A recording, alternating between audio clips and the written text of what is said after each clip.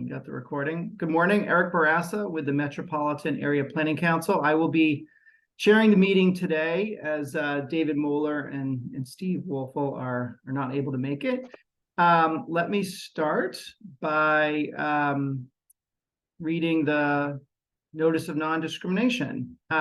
You are invited to participate in our transportation planning process, regardless of your race, color, national origin, including limited English proficiency, religion, creed, gender, ancestry, ethnicity, disability, age, sex, sexual orientation, gender identity or expression, veteran status, or background.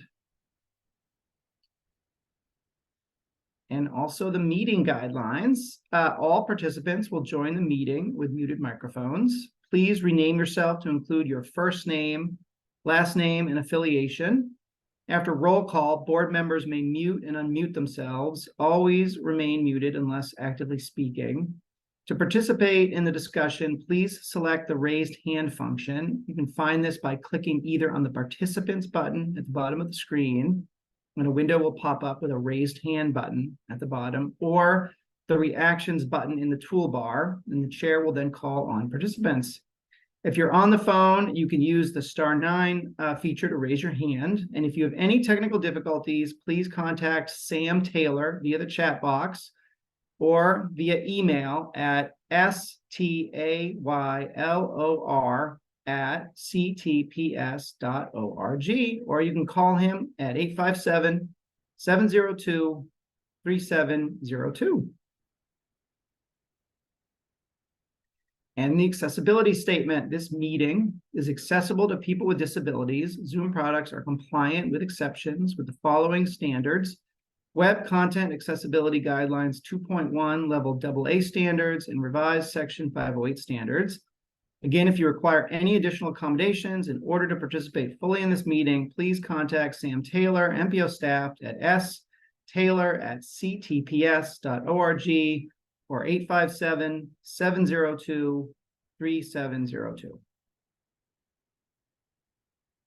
Great. So let's start with roll call and introductions. Let's see, who does that? Is that Aaron? This is David Hong. David. Thank you, Mr. Chair. MassDOT, I will begin the roll call. MassDOT seat 1. Yep, this is Derek Cravat here, representing MassDOT Secretary and CEO Monica Tibbetts-Nutt. Thank you. MassDOT seat 2. I do not see John Bouchard. Actually, he just entered the waiting room. Roger. I will return. MassDOT Highway Division. I do not see John Romano. John Bouchard just joined late, sorry. No problem. Thank you so much. I'll record that for the record. And then MBTA. Good morning, everyone. This is Ali Clayman, representing General Manager Eng and the MBTA. Thank you. Massport. Good morning. This is Sarah Lee, representing Massport. MAPC. Good morning, Eric Barassa with MAPC. MBTA Advisory Board. I do not see Brian Kane. Thank you. Advisory Council. Leonard Diggins Advisory Council here. No. City of Boston BTD, pardon me. General representing BTD and Mayor Michelle Wu. City of Boston BPDA. Hey, Jim Fitzgerald with BPDA representing Mayor Wu and City of Boston. At large city, City of Everett. I do not see Jay Monty. Thank you. At large city, City of Newton. Good morning, David Kozis representing Mayor Ruth Ann Fuller in the City of Newton. At large town, Town of Arlington. I do not see John Alessi. At large town, Town of Brookline. Good morning, Erin Chute representing Town of Brookline, Select Board Chair Bernard Green. Intercore Committee, City of Somerville. Good morning, Tom Bent, City of Somerville, representing Mayor Ballantyne in the Intercore. Minutemen Advisory Group on Interlocal Coordination, Town of Acton. I do not see Kristen Guichard. Metro West Regional Collaborative, City of Framingham. Dennis Giambetti, Metro West Region, and Mayor Charles Suzuki of Framingham.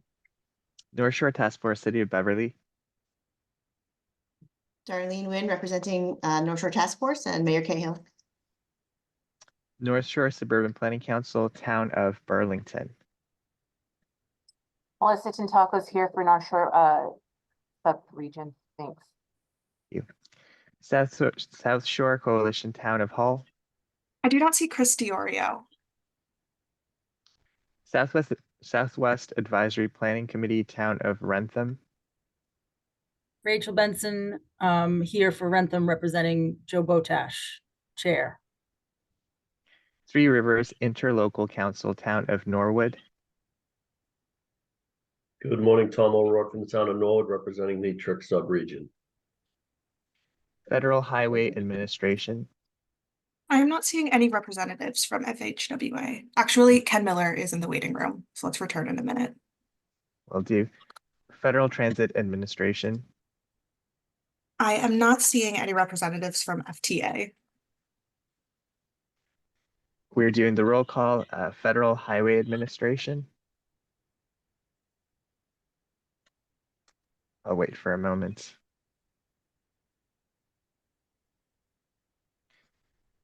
Aaron, is Ken Miller admitted into the room? Yes, Ken, are you able to unmute yourself? We're just doing a roll call at the moment. Yes, hi, sorry, I was a little late. Sorry, Ken Miller, Federal Highway. Thank you. That concludes the roll call. Back to you, Mr. Chair. Great, thank you, David. So now we will go to the chair's report. Don't have a chair's report today, so we'll go to the executive director's report. Tegan. Thank you, Eric, and welcome everybody. Just wait for the slide to advance. Okay. So for today, I would just like to share with you all first two reminders in the kind of category of engagement updates.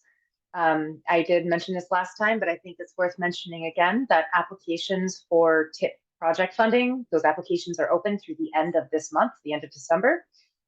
Visit the TIP development webpage that's just been put in the chat for more information, and there you can see the applications and scorecards for each of the TIP's investment programs. And please do not hesitate to reach out to Ethan Lapointe if you need support, and his contact information is on the slide here. And then the other reminder is that we still have a survey open to solicit ideas for new transportation studies and technical assistance projects that we will look to carry out in the next federal fiscal year 25. And we are particularly interested in topics from you all, if you do want to fill out the survey, when they are related to some of the thematic areas that the MPO is focusing on in equity, resilience, safety, and uncertainty. So anyone can submit an idea, and you can reach out to Srilekha Murthy. Her contact information is also on the slide for more information. Next slide, please. So for today's agenda, first, I just wanted to highlight that if you have looked at the agenda online prior to this, you may have noticed that we had a leftover note in there that there was a TIP process readiness and engagement committee following this. If you saw that, that is not the case, so do not worry. You're not missing anything, but I just wanted to make sure that nobody was expecting there to be an additional meeting following this MPO meeting. Once we're done today, we are done for the day. So what is on the agenda is that in addition to an action item being the approval of a set of meeting minutes, we also have Amendment 3 to the federal fiscal year 24 to 28 TIP. And we will ask you all to vote to release this amendment for a 21-day public comment period. The amendment, which Ethan Lapointe will present, essentially includes a scope change to one of the Community Connections microtransit shuttle projects that the MPO is funding, and that's the Newton's NUMO service. So that will be that amendment. And then there will also be two presentations. One will be Ethan Lapointe sharing with you the project universe for the federal fiscal year 25 to 29 TIP. That's the next TIP. And then there will be a presentation. Sophie Fox will present on phase 3 of an ongoing body of work, exploring the use of the curb as a valuable space for all people. Just as a reminder, because this has been an ongoing body of work, in earlier work, the MPO developed a guidebook of best practices on the types of issues important to curb management in the Boston region. So if you haven't seen that, I suggest looking that up. And now for the third phase, Sophie will talk about the piloting of a methodology of data collection and analysis to really look at the impacts and use of curbs when changes are made to those uses. And then before we go to the next slide, I hope you also saw, board members in particular saw my email earlier this week that we did delay one of the presentations that was initially on the agenda. This was the discussion of the results of the Learning from Roadway Pricing Experiences case study analysis that we've done and prepared for the board. And we know that this is a really important topic. So in coordination with the chair, typically David Muller as the designee of the chair and Eric Barassa as the vice chair, we realized in hindsight that we really hadn't allocated enough time on the agenda today for that conversation, and also that there would be some board members who could not attend today. So it just did not feel like the ideal time to kind of have that more robust conversation. So my apologies for the last minute change. We will talk about this coming up on the 18th of January. And in the meantime, I highly recommend that you all do look at the report that we did post to today's calendar, written by Seth Asante and Ryan Hicks, and I hope that it'll help prepare us all for the next conversation, where we will ask you all to consider and advise us on next steps and how you'd like staff to continue to advance the topic of learning about roadway pricing. So with that, next slide, please. So I mentioned January 18th. That's because the January 4th meeting is canceled. The next item on next meeting will be on January 18th at the usual time. And yeah, I'd be happy to answer any questions, Mr. Chair, if there are any. Any questions for Tegan? Okay, not seeing any. Thank you. Let's move to public comments. Are there any comments from the public? Steve Olenoff. Hi, Steve Olenoff from the Trick subregion. I just wanted to let everyone know that MassDOT has just finished a very significant project in this area, the Canton-Dedham Street corridor. It's part of the Canton Interchange project, which over the years has been done piece by piece, you know, ramp here, ramp there. This is the most significant part of the project. It consists of widening 2 bridges and completely replacing another bridge, widening it from 2 lanes to 4 lanes, 4 new sets of traffic lights, a new off ramp, and there's now you can make a left turn, a protected left turn onto the existing ramp from both directions. Now you can only do it from one direction before. And of course, pedestrian and bicycle facilities, bicycle lanes, sidewalks, and including a very nice boardwalk so that pedestrians don't have to cross the street. They go down around a bridge abutment, down under it and back, avoiding the street. And that would be part of the Warner Trail and the future connections when they're finally made, the trail from all the way from Rhode Island to Boston. So it's very impressive. MassDOT did a very good job. Opened it just in time for the Top Golf facility that's open there, and absolutely amazed when I drive by there how many cars there are at Top Golf. So I just want to say that MassDOT did a very good job. It's very impressive. And next thing we have to do is finish the interchange project with the flyover ramps that the real major part of the project. Thank you. Okay, thanks for the update, Steve. Josh Ostroff. Good morning, MPO members. Josh Ostroff, Director of Transportation Planning for the City of Newton. Later on our agenda, Ethan will be discussing an action item on the TIP amendment that relates to NUMO, our microtransit service. And my understanding is, staff will provide that presentation. There'll be board discussion and hopefully a vote. I just want to thank staff and Ethan in particular for a very comprehensive presentation that I'm sure he'll touch on last week at a meeting of the TIP readiness committee, and that chaired by Jen Rowe, and that we are very appreciative in Newton of the MPO's support for this project. We just started to review bids for a new service, potential new service provider, that this is a vital service that complements fixed route transit and in the city of Newton, and that the MPO funding has been instrumental since the inception of NUMO. So thank you in advance for your consideration. Great. Thank you, Josh. Any other public comments? Not seeing any. Let's move to the RTAC report. Len Diggins. Thank you, Mina. And just to point out, I think also this committee chair reports, in front of me, so you might want to swing back. Oh, I'm Do you so want to do that now? sorry. No problem. There was one, so if you want to take it now, that's fine. Otherwise, I can go. It's up to you, Mr. Chair. I'm so sorry. Yes, let's go back to committee chairs reports. Are there any committee chairs reports? Jen Rowe, sorry about that. No worries. Thank you. So I will report on the TIP Readiness Process and Engagement Committee. Ethan LaPointe gave the committee a deeper look at change in scope for Newton in Motion microtransit service that's already been mentioned by Josh and that we're voting on today.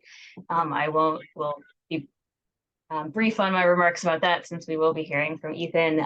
We did really benefit from having Josh Ostroff and Nicole Friedman from Newton join that conversation and share a lot of the local context around the benefits the service has provided to vulnerable populations in Newton and how they're navigating high ridership demand within funding constraints and the avenues they're exploring to restore and expand service. So a big thanks to Josh and Nicole for their time and insights in joining the committee. Ethan also provided some status updates on other microtransit projects funded in the MPO's Community Connections program, as most of them are also experiencing some similar challenges and to a greater extent. We'll also be maybe sharing some high-level takeaways from that later today. And then we did get a sneak peek at some of the encouraging news we'll hear about later today related to the TIP Universe agenda item. There's been a marked increase in the number of projects in the universe across most of the subregions, a great deal coming from Magic and Metro West, with some sustained activity in the inner core. That said, some of the communities in the South Shore and the Southwest part of our region still haven't been as engaged as to date. So there's still room for improvement, and we've already had some good suggestions coming in after the committee meeting, which I really love to see. So we'll keep kind of keep in mind that this TIP committee is a place to kind of dig into those type of matters going forward. And then another trend Ethan noted was that a lot of these new projects are there due to the design pilot. So we're going to need to figure out how to spread the limited resources for that pilot in year one. We did discuss some possibilities that, of course, the board as a whole will need to be considering, like increasing the amount of funding available, or continuing to fund the pilot in future years. Of course, we'd like to fund as many design projects as possible, but we also have to keep in mind staff capacity at MassDOT and MPO staff, especially as it's a new process that has to get worked out. And we don't want to make a bottleneck when projects become ready for construction funding. So those are some things to think about. I'm sure Ethan will dig in more. And then finally, we had an early discussion about what some of the scenarios may look like in the spring, mostly on how to structure and organize our decision-making related to a lot of the newer programs, kind of having different set-asides. So finding ways to help us all wrap our heads around each of those new programs. If anyone ever has questions or suggestions about the committee, I am always happy to hear those, and I will put my email in the chat. But thank you again. Looking forward to some of these discussions today. Awesome. Great update, Jen. Thank you. Any other committee chairs reports? Okay, not seeing any. I'm so excited to hear Len's update about RTAC. So let's move to RTAC report. I'm kind of wishing that I had gone before Jen because it's going to be hard to follow that. Anyways, the little I'm sorry, the little RTAC he met and it was a good meeting actually.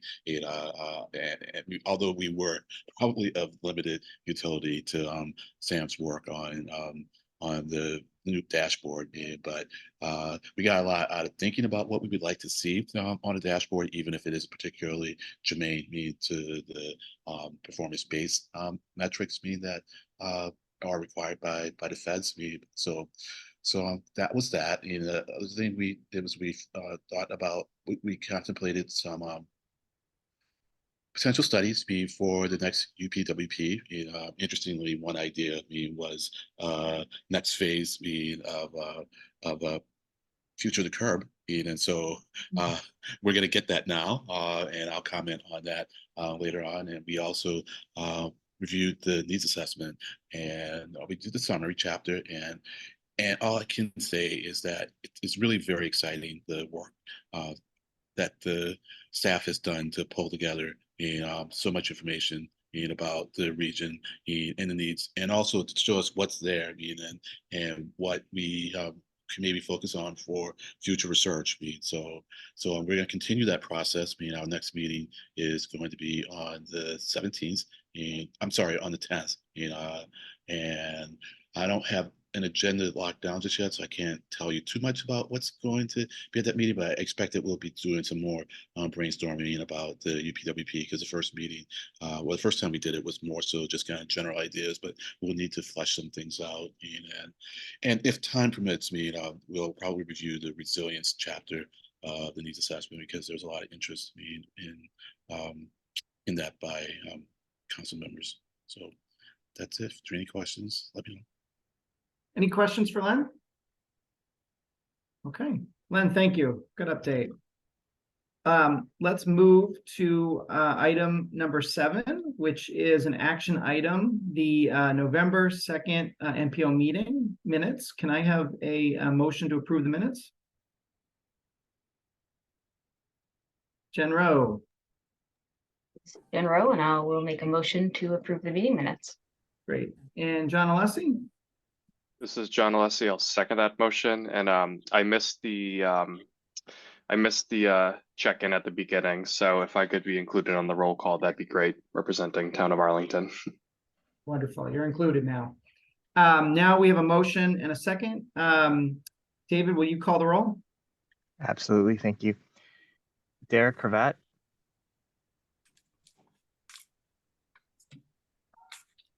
Derek Cravat, yes. John Bouchard. John Bouchard, yes. Ali Clayman.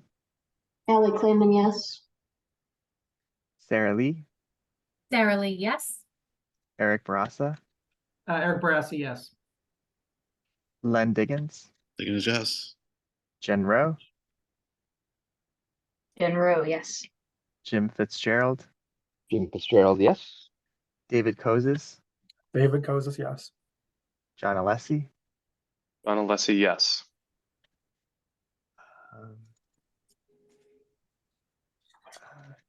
Pardon me, Aaron. Don't recall your last name. Pardon me. Aaron Shute. Aaron Shute, yes. Pardon me. Tom Bent. Yes. Dennis Giambetti. Dennis Giambetti, yes.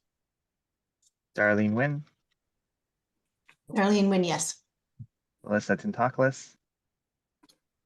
Melissa Tintaklis, yes. Rachel Benson. Rachel Benson, yes. Tom O'Rourke. Tom O'Rourke, yes.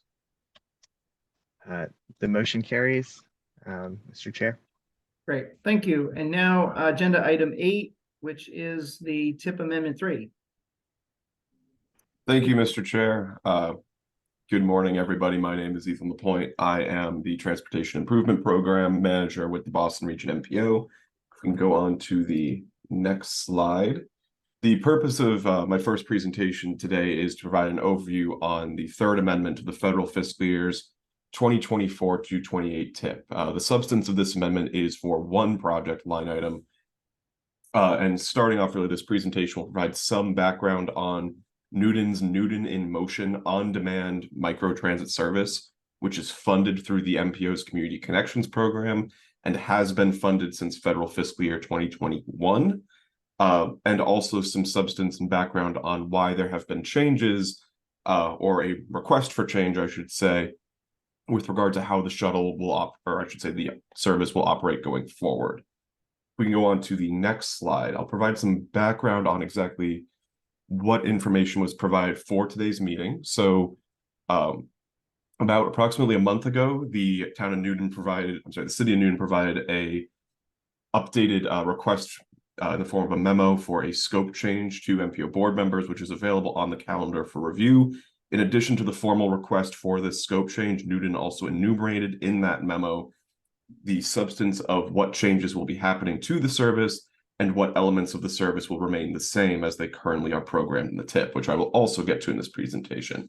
There's also updated performance figures for Newton services through federal fiscal year 2023 available there as well, and a recording of the December 14th TIP process readiness and engagement committee meeting that happened last week on which went into more detail not only on the background of how NUMO was operating, but in addition to that, how NUMO fits in with the other microtransit services that the MPO is currently funding, and the indications on how its current performance challenges are often reflected in those other shuttles as well. If we can go on to the next slide, we'll start talking about the actual scope of work here that's subject to discussion, and the one after that. Starting off with some background on exactly what NUMO is. So as I mentioned, NUMO has been funded starting in federal fiscal year 2021, really at the beginning of the MPO's Community Connections program. It has been funded across two different project line items, given that the MPO typically only funds a microtransit pilot project for 3 years, starting off between fiscal years 21 and 3, and then in federal fiscal year 23, Newton applied for an expansion service, which is the subject of today's scope change, for continuation into 23 to 5. The total amount of funding that has been programmed for NUMO to date, and this includes into fiscal 25, is about $1.6 million of MPO funding. I should note that the city of Newton also receives grant support from other capital programs and also state programs such as community transit grants, and also funding from MassDOT and the MBTA, in addition to other sources of local funding and sponsorship as well there. The MPO's funding really represents a sort of fraction of the overall funding that NUMO needs to operate moving forward, but it is still a significant cross-section of that amount of funding. NUMO also, unlike many other microtransit services the MPO has supported, operates on weekdays from 7 a.m. to 6:30 p.m. and on weekends, which is the key difference there, from 9 a.m. to 12 p.m. And that is the current service hours after the scope change would take effect. It does operate similarly to a taxi service in the sense that it is demand response, so it provides door-to-door transportation options for those that book in advance using usually a small-scale vehicle like a sedan or a minivan. And the majority of those vehicles are either electric or they are hybrid in the case of those who may need ambulatory services. The target when NUMO had applied for funding through the MPO, through this specific line item, was a total of 6,000 monthly passenger trips to be achieved within federal fiscal year 24 and 5. And as I will illustrate on the next slide, they have actually surpassed that figure in previous months, but this new scope change represents a reduction in eligibility among ridership that will put them well below that figure. This is best illustrated, if we can go on to the next slide, as what their performance looks like in federal fiscal year 23 in terms of ridership. Part of this request for a scope change also includes continued funding into federal fiscal year 24, so that the service may continue to operate given its restricted eligibility requirements here. As this graph on screen shows, NUMO enjoyed significant ridership increases between October 22 at the start of the federal fiscal year 23 through March of 2023, increasing up to well above 8,000 passenger trips in that month, which put them above where they said that they would try to be in their initial application. One of the advantages of NUMO under its current scope was that it was available to all potential residents of Newton to utilize the service. And that not only included seniors and persons with disabilities, but also workforce commuters, which were a main focus of the expansion line item that the MPO funded them under, and also students in the community. You can see by this graph here that between around May and June of 2023 and over the summer, when school let out, there was a significant decline in ridership there. If we go on, click, I think there should be a transition here that helps to illustrate that a little bit better. Where you can see that there was a decline in ridership from about 7,000 passenger trips in May down to around 5,000 in August. That is largely driven by the student body. And if we click once again, there was a change that happened between August of 2023 and September 23, and that was with regard to the resources available by the city. I think another click might get the proper, there we go. Due to a lack of financial resources to provide the same level of service to all persons within the city, namely because headways for utilizing the service and getting rides for seniors and persons with disabilities were increasing, customer satisfaction was decreasing, the eligibility was reduced to omit students and other individuals from accessing the service, effectively forcing it into a needs-based system that then led to a decline in ridership in September of 2023, down to around 3,750 passenger trips in that month, given the restrictions of omitting students and workforce commuters. If we go on to the next slide, one of the elements here when I mentioned financial resources helps to illustrate the total financial commitment that the MPO has provided to Newton over the past few years. In federal fiscal year 2023, the total contribution by the MPO to NUMO was around $565,000. In federal fiscal year 2024, this coming year, that amount is reduced to $270,000 by virtue of the fact being that there is no longer that initial service area funding support coming in for NUMO. The funding going forward through federal fiscal year 25 is only for the service expansion area, and therefore Newton has to identify other sources of funding in order to continue operating its service. Moreover, as I will get to on the next slide, if we can go to there, NUMO does not necessarily perform well in terms of increasing or capitalizing on economies of scale by virtue of its microtransit service model.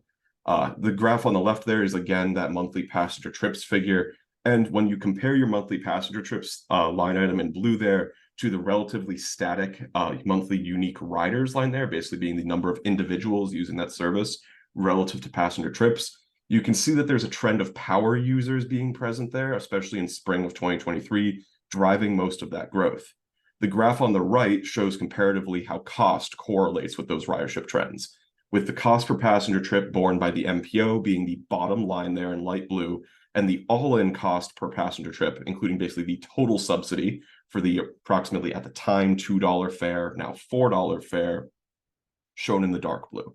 Those lines remained relatively static despite the increases in ridership, illustrating how that ridership increase did not necessarily lead to any reductions in per trip costs.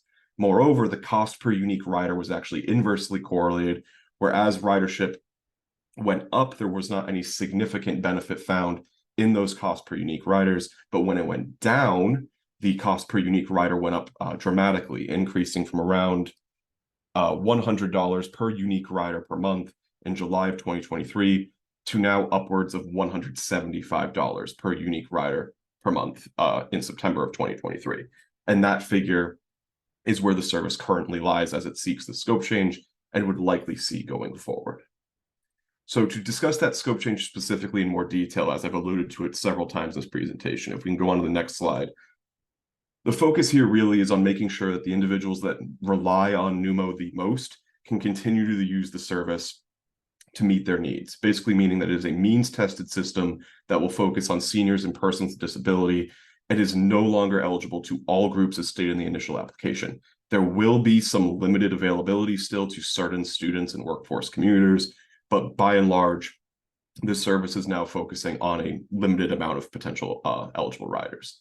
There is also still some service expansion plan to connect into areas like healthcare facilities and operates on the same hours, but this is no longer going to be providing the same levels of connections as originally stated to connect into places like commuter rail facilities and adjacent communities. This is a more conservative approach that Newton is taking here to the service to make sure that it can continue to operate in the absence of MPO funding, which at its core is the purpose of these pilot programs. The recent ridership data that has come out following this service adjustment still shows continued customer satisfaction for those who are still able to use the service, but that lower ridership data and the greater cost per passenger trip illustrate that, at least economically, the benefits are going to be reduced by this scope change. So with that, if we can go on to the next slide, given that this is a scope change for a project currently programmed in the TIP, staff are requesting that the board votes to release Amendment 3, whose sole line item is the scope change for a 21-day public comment period, with comment commencing tomorrow, December 22nd, and concluding on January 11th. And with that, I don't think we have a slide after this, but I'm happy to take questions and discussion. Any questions for Ethan? Yeah. Glenn Diggins. Thank you.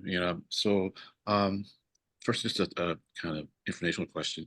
You said that the scope change application request was posted when?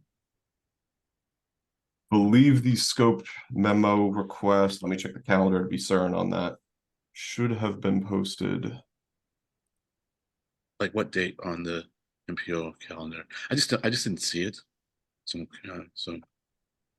Thank you for pointing that out. I do apologize. That should have been posted at the time, and that was my understanding that it was, but I do not see it on today's calendar. okay, It may have been misplaced. Okay, I didn't know if it was for today's calendar or back when I guess it was first being contemplated. I'd very much like to see it, and I'm not going to ask for a delay because it wasn't seen, but I may ask for a delay, but after a little more discussion, maybe an extension on the period for comment. But that does lead to my next question. That is, is it really necessary that we conclude the comment period by the 11th? Is there some timing issues? Are there timing issues? I believe it's just given that it's the 21-day public comment period, so I do not think that there would be any issues with extending it if need be. I would note that under the public engagement plan, I believe a scope change only constitutes an adjustment. Yeah. So we are providing this 21-day public comment period in recognition of the fact that there may be some merit for public comment on this, even though it is above the public engagement plan. Totally understand, and it's just sometimes I know that we have to get things done by a certain time, so there are constraints on us, so that wouldn't want to muck that up. So I know I was at the meeting, but I didn't want to monopolize time there, so I'll monopolize it here, So why the focus on the unique rider? So unique ridership illustrates just one of the metrics that we look at with shuttles to evaluate what the total subsidy is, not only per passenger trip, but also per individual user there. The idea being that in looking at unique ridership, it also helps to act as a proxy potentially to identify the extent to which these services are getting people out of single occupancy vehicles. So if there are 500 passenger trips that are shifted in a month, and 50% of those trips would have otherwise used a single occupancy vehicle, that's 250 car trips that have been changed. But if one individual represents half of those trips, the benefits are being disproportionately concentrated into a very limited population of users. But those still car trips, though, right? So that Right, it's one of the metrics. Yeah, but so if a person is using it every day, that's still a car trip that it would have taken versus like someone. So if you have one person using it 7 days a week versus 7 people using it 1 day a week, it's still the same amount of car trips, right? So yes, for that one performance measure, it is still the same number of car trips. Again, it's one of the numerous measures. I guess my concern is that that metric just makes it look like the cost is exorbitant, and so I'm a little bit concerned about that, So as I asked in the meeting, it's like, are there ways that we kind of measure the benefits beyond what's required by the feds for the program? Because I'd like to see us try to explore that with respect to our goals, and so the only reason I'm going to ask that we maybe consider a delay on the comment period is that I would like to discuss this more with the advisory council, because I know they have a strong interest in programs like this, and see if the advisory council actually wants to make us a comment, and so our meeting is on the 10th. It wouldn't give us really enough time. I think if we wanted to have like an extra meeting to flesh out our comment, to get it back to you. And so at this point, I might ask that we consider maybe a week extension, but I'm not going to be adamant about it. That's it. Thank you. And just to clarify, and thank you, Len, for your comments. Just to clarify, Ethan, the action today is not a funding change. It is a scope change to basically allow Newton to focus on a senior and disabled population and not the entire population, which it had previously do. Is that correct? Correct. This still retains the funding for the program at the same level that is already in the TIP. Well, thanks for that clarification, Eric. That helps, so all right, so let me withdraw, that request. I can still have the conversation with the advisory council, but there wouldn't be any need for us to say anything that would affect being the amendment, so all right, thank you. Okay, so that changes your thoughts on wanting to delay it, Len? Yes, Okay. it does. Thank you. I saw Ken Miller had his hand raised, but then it's down. So I don't know, Ken, if you have a question or a comment, I can come back to you because yeah, Ken, here you go. Thank you, Eric. Just a couple of questions. So I note that they're providing service for people with disabilities, but does the ride operate in Newton? I'm presuming it does. Is that correct? Yes, it's my understanding that the ride also operates in Newton and that this provides some overlapping service and connections into other MBTA services as well, such as commuter rail and Green Line and bus.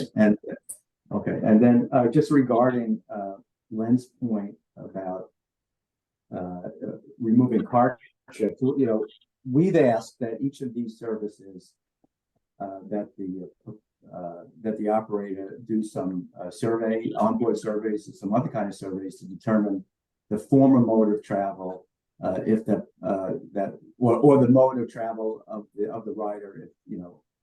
If that service wasn't available, what would they have done? They may not even make the trip. So if it's providing access to something that they didn't have, that's great. But we shouldn't necessarily assume that everybody that uses these services would have driven a car. And so we've asked that to get at that information. We've asked that operators actually do some surveys to find out what the former mode of travel would be. And then just a question also, Ethan, do you know if was there any means testing for people to use this service? I mean, because people could be using this service instead of just using Uber, for example, and they're getting in effect the equivalent service for whatever the fare is, $2, whatever it is, when they could have used an Uber. And so if it's somebody that needs it and couldn't afford it, that's great. But if it's somebody that could afford to use an Uber, maybe it's not so great. So do you know the answer to that question, Ethan? I do not know the question, the answer to the question with regard to the extent to which this city would have implemented that. I will say, because I see that Josh has his hand up, but I will mention that this change is also already in effect because of the lack of financial resources. I believe the scope change went into effect on the city's side September 8th, and the change to the TIP is necessary to start providing MPO funding to continue to support them as well. So it is effectively also already underway there. Josh, do you want to comment on that? You guys are now doing a means tested program. Is that correct? That is correct. We actually have always done, we provided a low income fare as well as access to disabilities. For both of these, we do not ask for paper verification. We ask them to affirm that they are, for example, in a subsidized housing or Mass Health or WIC or other programs of public assistance. If there's a disability, we ask them to just categorize the nature of the disability, but we do not ask for documentation. Sometimes it's time limited. There are people who have limited means who do not qualify. They may be burdened by student debt, for example, and we are not able to provide that. So that's how we have handled those things since before we refocused the service on September 5th, actually, to control our costs, to exclude the people who are not senior, disabled, low income. But thank you for the question. Oh, great. Thank you very much. That's helpful. Thank you, Josh. Anything else, Ken? Nope, that's it for me. Thank you. Melissa. Hi. So, Josh, I don't know, can you tell me in general, is the city of Newton, most of the residents happy with Numo?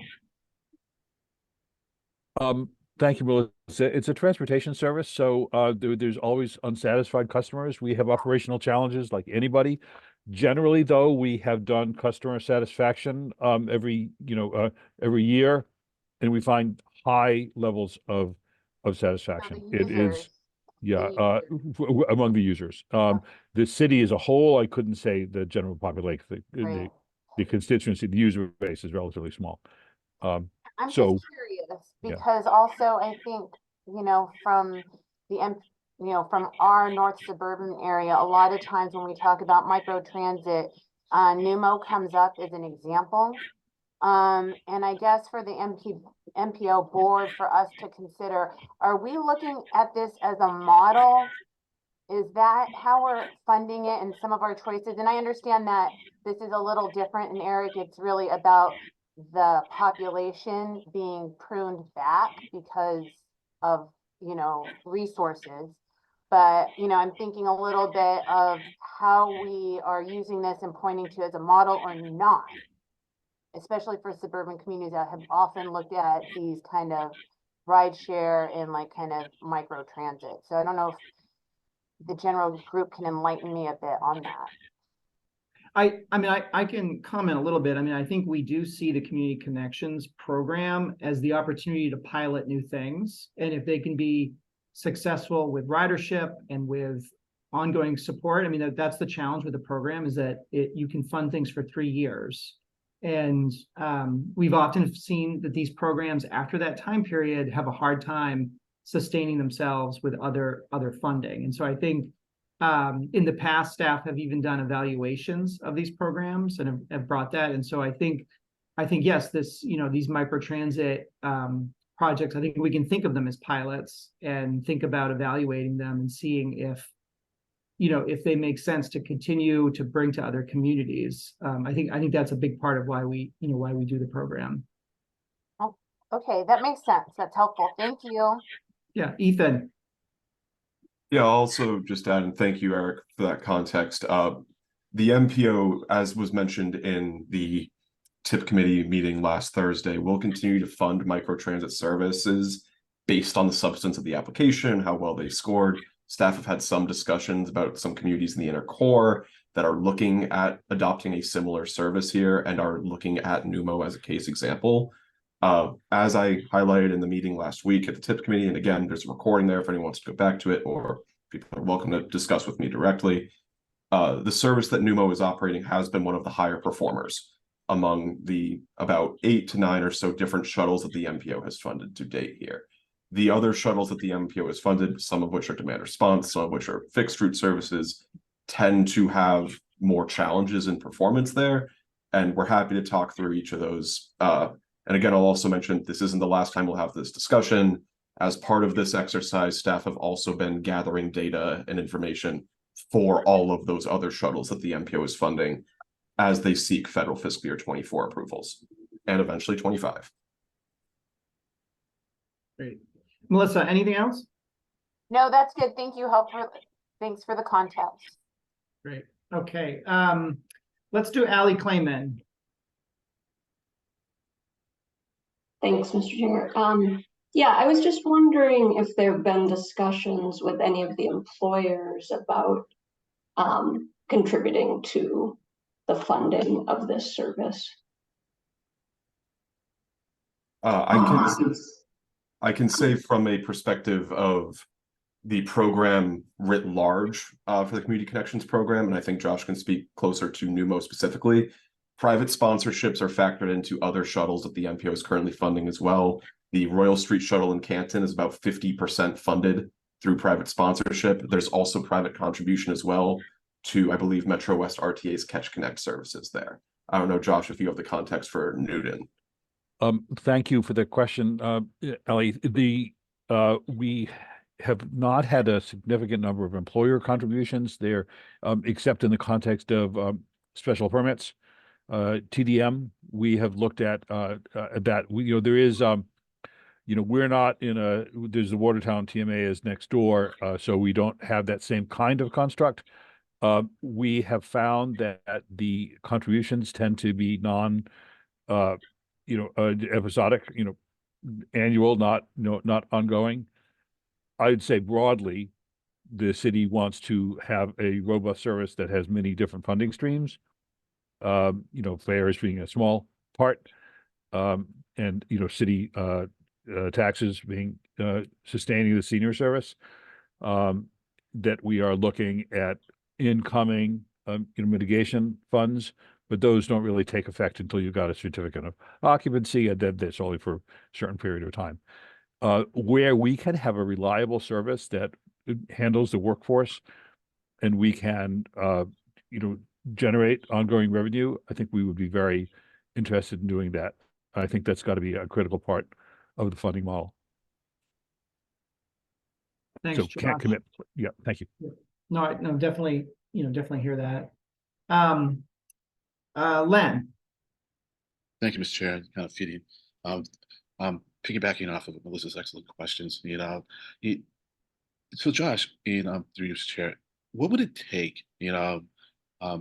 What would it have taken me for you to been able to maintain the level of service without this change in scope? And the second question is, with the change in scope, what will it take so that you are sustainable going forward? That's it. Thanks. Through you, Mr. Chair, I think that is a sort of the big question, that we are providing a service with about 10 vehicles or so on the road for a funding in the range of $1.5 million. We're at a little less than half of that now. And at that level of service, we were able to make a material difference. But I am much more ambitious. I think that we would love to see something that gave us 15 vehicles and was north of 2 million. We're not here to ask for that. I think for the city's comprehensive view of mobility, we want to have things, services that provide transit-dependent access and choice access, and we want to see reduction in emissions and climate, and we want to make sure that all different segments of the population have good transportation options to reduce the need for home ownership in ways that complement our development pattern, which is very distributed in Newton compared to many other communities, and the significant influx in housing, because the top concern that people point to when we're permitting, we just passed the MBTA Communities Act at the council recently, as if you've read the newspapers, is congestion on the roads and people's concern about that, as well as parking demands and so on. So I just provide that context to say that I think that a service that is significantly greater than what we have now is what we envision. But we also need to be responsible and understand the budget context and the fiscal reality and all the other demands on the municipality. So we aren't looking to expand the service yet, but that in the context of the procurement that we're undergoing now, and the different funding sources and the innovation grants that we're applying for, we have aspirations to get beyond this phase and really redeem a lot of the promise, hope that's been placed in Newton by our residents and nearby communities to learn from this laboratory and see how can microtransit work, because it's a shiny object that up close the financial underpinnings are not stable, and that's why the partnership from the MPO has been so helpful in helping us really develop a data-driven, high-quality service that really meets all those goals that I talked about before. I feel like I'm being a bit of a politician here, not giving you the answer of what the number is, but we'll take everything we can get and put it to really good use. Thank you. I appreciate that. Thank you, Mr. Chair. Any other questions about this requested action? Okay, so not seeing any. What we need is Jen Rowe. Yes, thank you.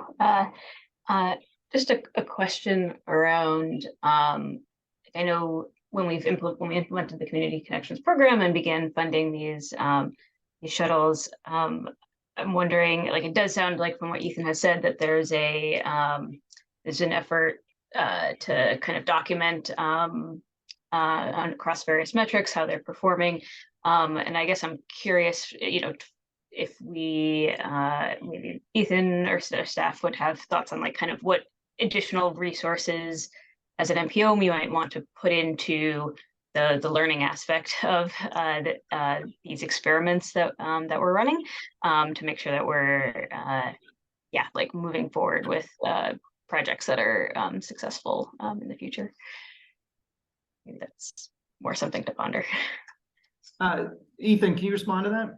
Yeah, real quickly, I can't speak to anything on the financial side in terms of studies or analysis, but as I mentioned in last week's committee meeting as well, there's been a significant amount of time spent from not only the municipalities operating these services, but also MPO staff, especially through Transit Technical Assistance Services, and also folks at MassDOT, both in Rail and Transit and in the Office of Planning, and at FHWA, including the Volpe Center, in analyzing the potential for myriad different shuttle services in the region, including new ones.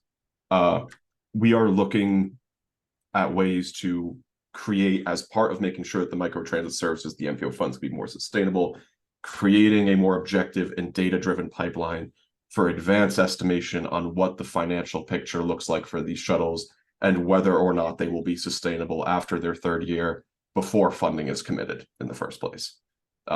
There's other factors we could look into, but that's what's going on right now. Okay, thank you, Ethan. And thank you, Jen. Can I get a motion for this action today? I can move, I think, the motion forward. This is Melissa. Melissa, will you make the motion? Sure. If this is the right language, a motion to release the scope change as presented today for 21-day public comment. Yeah, that is the motion, right, Ethan? Yes, thank you. I believe that is it. Great. In second, Len? Yeah, Nick Diggins from the Advisory Council seconds. Great. So we have a motion and a second. Thank you both, Melissa and Len. And David, can you call the roll? Absolutely. Derek Cravat. Derek Cravat, yes. John Bouchard. John Bouchard, yes. Ali Clayman. Ali Clayman, yes. Sarah Lee. Sarah Lee, yes. Eric Barassa. Eric Barassa, yes. Lem Diggins. Diggins, yes. Jen Rowe. Jen Rowe, yes. Jim Fitzgerald. Fitzgerald, yes. David Kozis. David Kozis, yes. John Alessi. John Alessi, yes. Aaron Shute.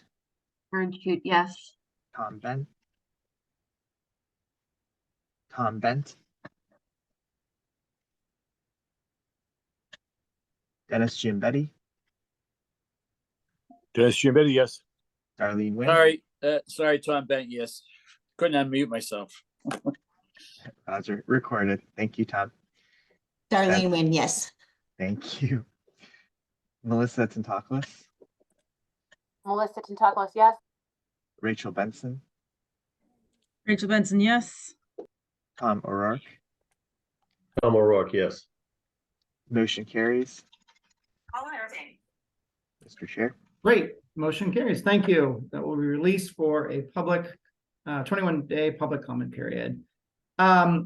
Let's move to agenda item 9. Also, Ethan Lapointe talking about the project universe for the fiscal year 25 to 29 TIP. All right, thank you. So for my second presentation today, I'd like to discuss in a little bit of detail what the universe of projects looks like for the federal fiscal year 25 to 29 TIP, this upcoming, or I should say underway, development TIP cycle. If we can go on to the next slide.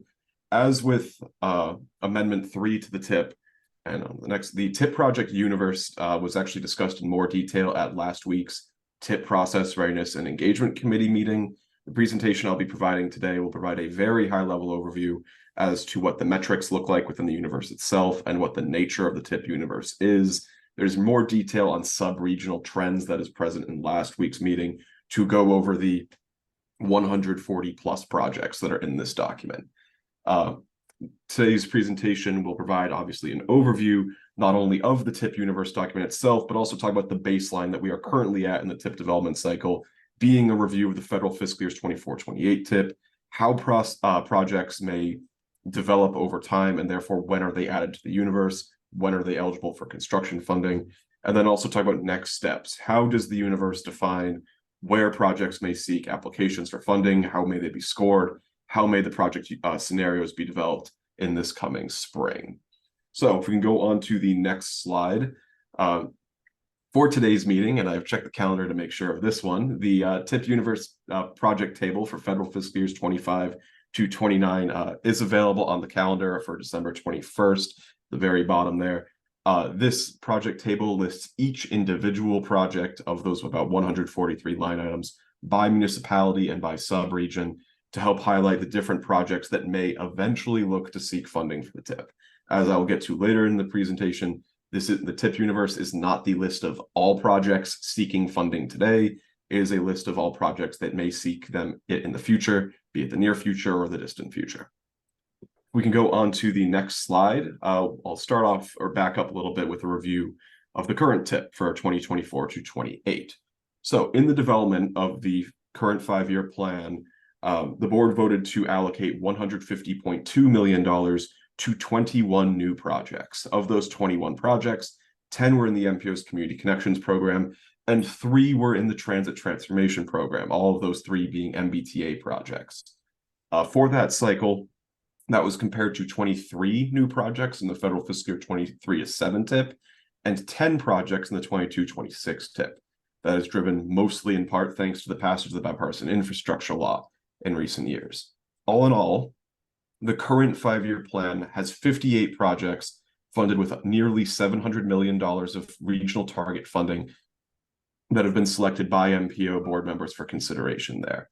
In the fiscal 24-28 TIP as well, in addition to those projects, there's also the implementation of new set-asides for target funding for a dedicated bike share support project line item, and also a project design pilot program to help improve the application pipeline for projects. While there were 21 new projects programmed, the majority of those being community connections coincide with, as I think we have on the next slide, an overall downward trend on the number of projects scored each year. This has come up, I think, in a few other MPO board meetings now, but as this graph shows on screen here, starting in the federal fiscal year 2019 to 23 TIP cycle, and most recently in 24 to 28, there has been a very significant decline in the total number of applications received within the core investment programs, namely investment programs that are not that $2.5 million set aside for community connections, down from 25 applications in 2019 to 23, down to around 7 applications within the time period for 24-28. If we go on to the next slide, we can talk about how some of the elements that a project may go through have sort of impacted or contributed, I would say, to this decline in overall applications here. So there might be some transitions on this slide. If we click the first one, I think I put some in. Really, one of the important things to note is that in addition to the MPO's target funding being present within the 5-year capital plan, there are also other sources of federal funding that can be applied to projects, not only in the form of federal discretionary grants, but also through MassDOT's statewide highway programs as well here. All projects, given that the MPO is not an implementing agency, tend to operate through a parallel and intertwining process, being that each project may be born, be it either through a conversation with MPO staff by municipality or a conversation with the MassDOT Highway District Office, and then the district notifying MPO staff. Really, this first stage here is the stage that the project might now be considered to be entering the TIP universe of projects, given the presence of that project design pilot. The second stage on MassDOT project development initiation is really when what is presented initially as an idea becomes a formal project, in addition to the scoping checklist that is also submitted. After a project reaches scoping, there's then the project review committee approval process, which, as I'll get to on the next slide, is the earliest stage at which a project may be considered for federal highway transportation funding. And eventually, when it completes its 25% design process, becomes a very strong contender for MPO regional target funding as well there. A project does not necessarily need to be in the universe of projects for the MPO to be funded with MPO funding or to be evaluated with TIP criteria, but it is one way of keeping track of the breadth of projects that may eventually end up on the radar for that funding consideration. We can go on to the next slide, just to kind of summarize my talking points that I had there on text there. There's really three key thresholds here. That first one being initiation and scoping, the earliest stage that the project may be at, which often happens before significant design has taken place. As we move into scenarios for the federal fiscal year 25-29 TIP cycle, most of the projects that will be looking for the project design pilot will be at this initiation and scoping stage. At the next stage, or the key milestone project review committee approval, some design pilot projects might actually have this level of approval because it is still an early stage, but it is a more formal go-ahead to start working towards federal funding. This is also a stage where some projects may move to apply for federal construction dollars. In recent years, the MPO also recently adopted a policy with regard to prioritizing projects for funding that are already at a 25% design threshold. This is a higher barrier to entry to get onto the TIP, which may contribute to the lower pipeline of project applications we've received, but it tends to introduce less risky projects into the 5-year capital plan. When a project is at 25% design, that definition can vary from community to community, but generally speaking, 25% design means that key design elements and also some permitting and other readiness factors are either in place already or are currently underway. Critically, the scope of work for that project, the breadth or the extent to which certain work activities will be conducted, is mostly defined. Again, these are the projects that are the superior candidates for TIP funding versus any of those that only have that project review committee approval stage. And also, critically for the 5-year capital plan, the budget request at 25% design is a little bit more precise than what you might have at review committee approval. So if we can go on to the next slide and kind of talk about what the actual universe of projects looks like. The TIP universe is a snapshot in time here. Functionally, is a working document and a tracker. What the universe of projects presented today really looks like is it is the universe of projects presented on November 17th, 2022, minus any of those projects that were selected for funding and any projects that were deactivated. A deactivated project refers to a project that may have been on the TIP universe of projects or tracked by MassDOT's project info site and their project managers, but hasn't had any activity on it in a few years. A deactivated project is not a project that can no longer happen, but rather one that is effectively dormant and is no longer being monitored given that lack of activity there. This is done to help make sure that there is a refinement of the project list, making sure that the projects that are currently on the universe are still municipal priorities by checking with municipal TIP contacts, and also for more breadth, utilizing virtual meetings with the Metropolitan Area Planning Council's sub-regional engagement to make sure that there can be more regional activities and interest in TIP projects, and getting that sort of message out there for broader municipal engagement. And as I alluded to earlier, there is a constant back and forth with MassDOT's highway district offices, talking about projects that the MPO is currently hearing from municipalities about, and that the districts might be hearing about as they get projects initiated and scoped through their offices. We can go on to the next slide. The bottom line here really with the universe, because this is a pretty big table, is that there are 143 projects in the TIP universe of projects. This is up from 105 projects in the federal fiscal years 24-28 TIP. This increase has been driven mostly thanks to the project design pilot, and to some extent the introduction of community connections now as one tracked investment program. The TIP universe of projects has also been driven really thanks to the design pilot within a couple of subregions. Again, as I mentioned, we go into more detail on the recording and in the meeting last week for the TIP Process Readiness and Engagement Committee, but there's been a lot of interest in that design pilot that is really driving most of the increase here, especially in communities in the Inner Core, Minuteman Advisory Group, and the Metro West subregions. There's also been interest, of course, expressed elsewhere in the Boston region, but really most of the growth in this number is coming from those three parts of the Boston region. So if we can go on to the next slide. Again, the TIP universe of projects is a snapshot as it is being presented today. It is a working document and it is updated It is updated functionally daily as new projects come in, as they may move from PRC approval up to 25%, as they're deactivated, as their budgets change. If you have a project that you want to get on the TIP universe, it is not too late. If you speak with MPO staff, it can be added to the universe. Some projects as well, by virtue of seeking design pilot funding, may not be familiar to MassDOT staff because they may not yet be approved by MassDOT's project review committee, or may not even be initiated. MPO staff are tracking them and hoping that they may eventually be shepherded into that initiation. And critically, most of these projects, the vast majority of the 143, are not going to be seeking TIP funding and applications this year. A full list of projects that are looking for funding will be provided in January for context, in advance of the scoring discussions that MPO staff will have with members in February and March. So with that, I think if we go on to the next slide, be happy to open the floor to any question or discussion there. I definitely have some questions, but I'm going to save mine to see if other folks have some questions for Ethan. Any questions for Ethan?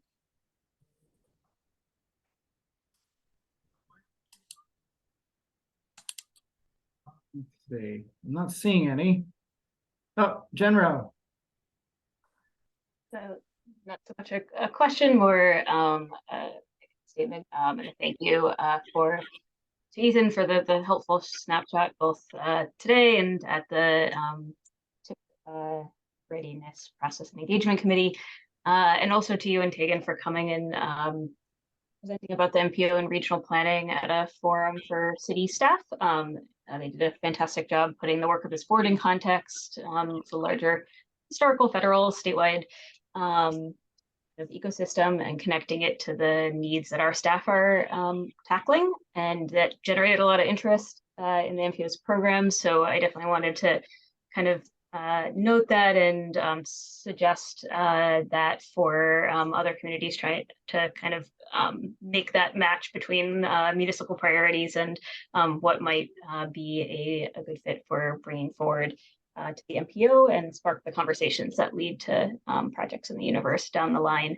And while we don't have them ready in time for the universe presented today, I did just want to flag that we are working on a couple community connections applications for blue bikes and bike parking, as well as an application for the TIP design pilot for the eastern section of Bennington Street from Central Square to Day Square.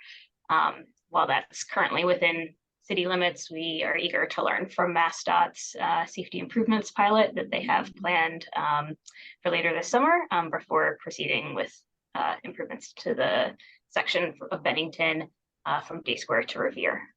So thank you to staff for helping us along that process, and looking forward to discussions continuing.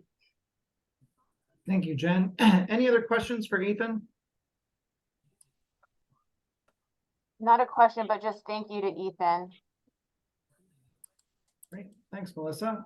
I have a question, Ethan, and I apologize if you did cover this. Going back to the chart you showed of the different of the TIP universe broken down by the subregions, how many of those are new to this year, to this like new as in like you just received them? I think if we can go forward, whoever's controlling the slides, there we go. So I'm sorry, can we keep going? I think it's what Derek was, sorry, not Derek, Eric was referring to was a table a couple slides from now. Yes. So with regard to the total number of new projects here, as mentioned, the last universe of projects had 105. So this is a 38 project increase, which is pretty sizable, especially compared to other years. To give a little more detail, if one were to look at the table that is currently on the calendar, any of the projects that are highlighted in orange show new projects. Most of those 38 projects are actually coming in the bicycle and pedestrian programs right now. There's been some interest in the complete streets investment programs through the design pilot, but region-wide, it's that bicycle and pedestrian network and connections projects, especially on the rail trails side. I believe the Inner Core alone, for example, has about 6 new projects in the universe just for bicycle and pedestrian. Similarly, Minuteman Advisory Group has 3. So last year, Minuteman Advisory had 2 in bike and ped, now it's 5. Much of the growth is coming out of those areas. Okay.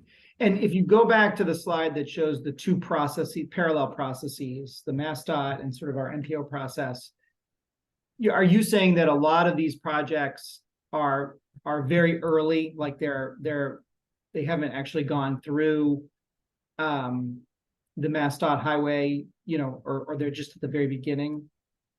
So it's interesting. I'd say maybe half of them are in that stage. There's another item that has really helped to enable the project design pilot, and that is the return of community project funding at the federal level, or earmarks, basically. Many of the earmarks that communities are obtaining are now not only in the TIP universe, but those earmarks themselves are being used for project design, which is making more projects move through. And functionally, the apparatus that the design pilot is going to be using is the same as that. What that means is that in addition to those pre-PRC projects, we have some projects that have recently achieved review committee approval while they are still looking to move forward for TIP design funding as well. So there's another kind of enabling factor that's already in place that's helping to push this along. Okay. And of the 100 and I forget what it was, 40 something projects in the universe, you guys are still determining which ones can be scored, correct? And in January, you'll come back with a sort of a subset of projects. Is that what you said? Right. So the TIP universe is really a tracking document. The list that we'll be providing to board members in January is based on the applications we receive, which is a separate workflow. Okay. Coming through a survey there. And I can say that in advance, most of the demand that we have seen to date through the applications, which again are still work in progress, period is open until the end of December, are for that design pilot right now. Okay. A lot of the projects that are in orange on this may also be applying for that design pilot. Okay. So I just for folks who are following it, we're sort of winnowing. This is the first sort of TIP development conversation, right? Where we're talking kind of here's everything that we know of, but it's going to start to narrow down over the next couple of months as we start to score projects, and then start to have the conversation around available funding and scenarios. Okay. Great. Thank you, Ethan. This is really good. Any other questions? Allie. Yeah, thanks. And sorry if I missed this, but with the design pilot, is there a scoring or an evaluation process for that, or how are the decisions made about it? There is. And I think we even approved that a few months back. Ethan, do you want to speak to that? Yes, so for the design pilot, the design projects are using the exact same scoring criteria as the construction projects, just with the expectation that the level of detail that is provided as part of the application process will be less. The only substantial difference between the questions that are asked for the design pilot and those that are asked for construction have to do with CMAQ eligibility on the air quality estimate side and that level of detail.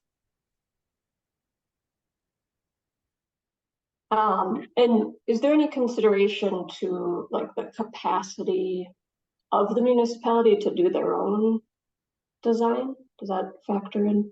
Yes. So as part of scenario discussions in the spring, and this came up as well, there was an additional presentation on the design pilot last week at the committee meeting where as part of scenarios, there's going to be consideration not only for the staff capacity of the municipalities to conduct the project, but also there's a consideration that can go both ways with regard to when the last TIP project that the municipality had was in effect.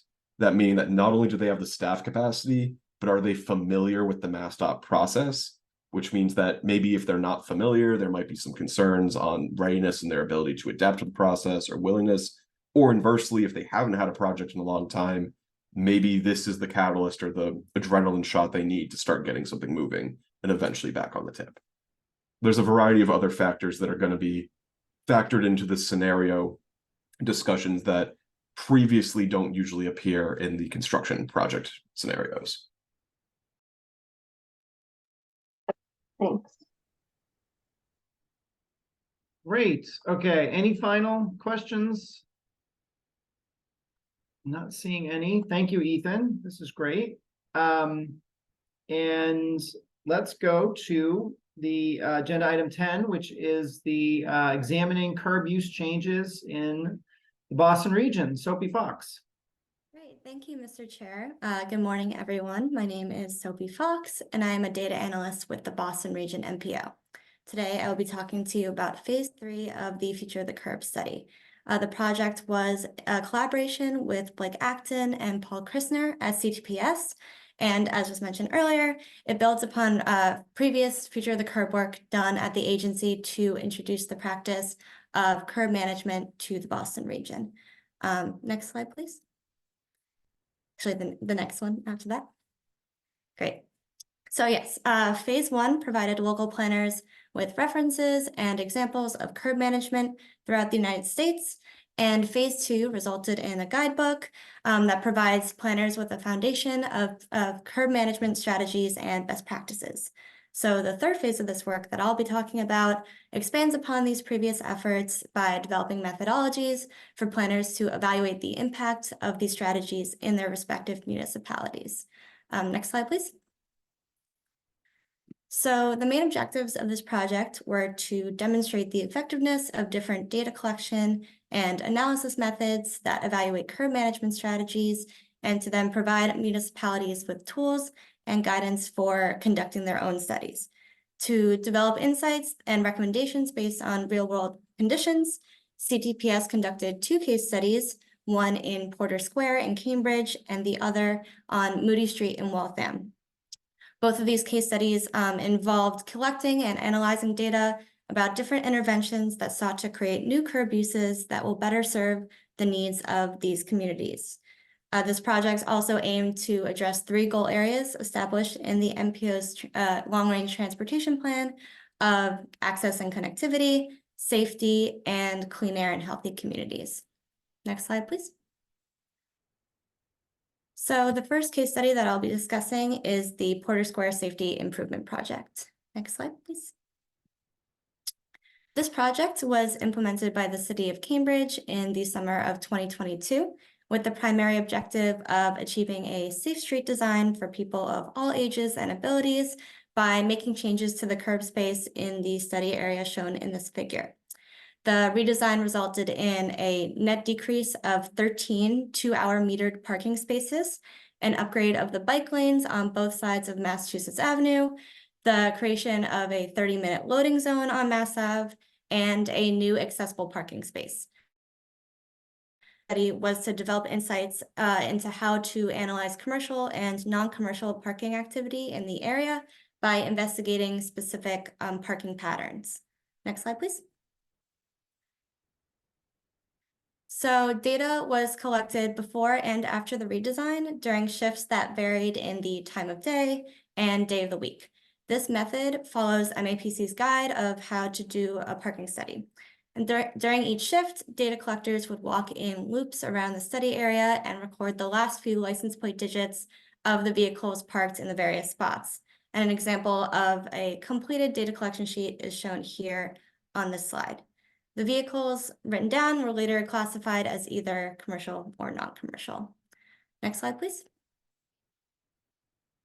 So the data was collected every 15 minutes, and it was assumed that the number of consecutive time slots where a vehicle was observed translated to that many 15-minute time increments. So for an example, if a vehicle was observed to be in a 30-minute spot at 8 a.m. and again at 8:15 a.m., that is 2 time slots, and thus it's treated as if it is parked for 30 minutes. It is authorized to be there for those 2 slots, but if it is observed again at 8:30, then it is assumed that it will be there for more than a half an hour, and it's thus unauthorized to be there for that 3rd slot. Additionally, other assumptions were made about vehicles parked at the beginnings and ends of shifts or outside of the enforcement hours specified on signs, the authorization of vehicles parked in metered or accessible spots, vehicles without unique license plates like mail trucks, and more information and other individual circumstances. And more information about how each of these cases were treated is detailed in the report. Next slide, please. So 4 analyses were run on this data.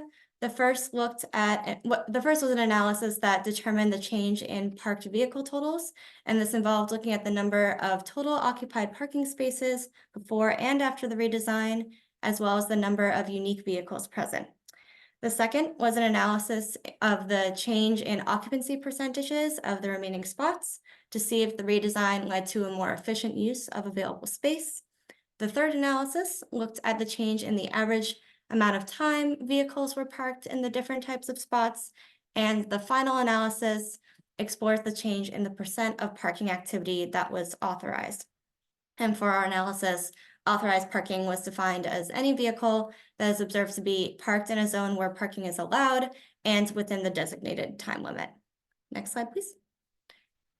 So the following are a few examples of ways to present results from these analyses. This figure here compares the parking totals before and after the redesign, broken down by the type of vehicle present and the shift. The total number of occupied spots was determined by adding up the total observations of parked vehicles during each shift, while the number of unique vehicles was found by adding up the number of unique license plates. We found that by breaking the results down by vehicle type illuminates trends that might have been lost if we only presented the vehicle totals. So, for example, these results show an increase in commercial vehicles, even if the total activity decreased. Next slide, please. So this figure here shows the results of the occupancy rate analysis, specifically for the 2-hour spaces. And we decided to focus on the 2-hour spaces because they were the ones that were most affected by the redesign. The data that we collected suggested that a larger percentage of the remaining spots were occupied after the redesign.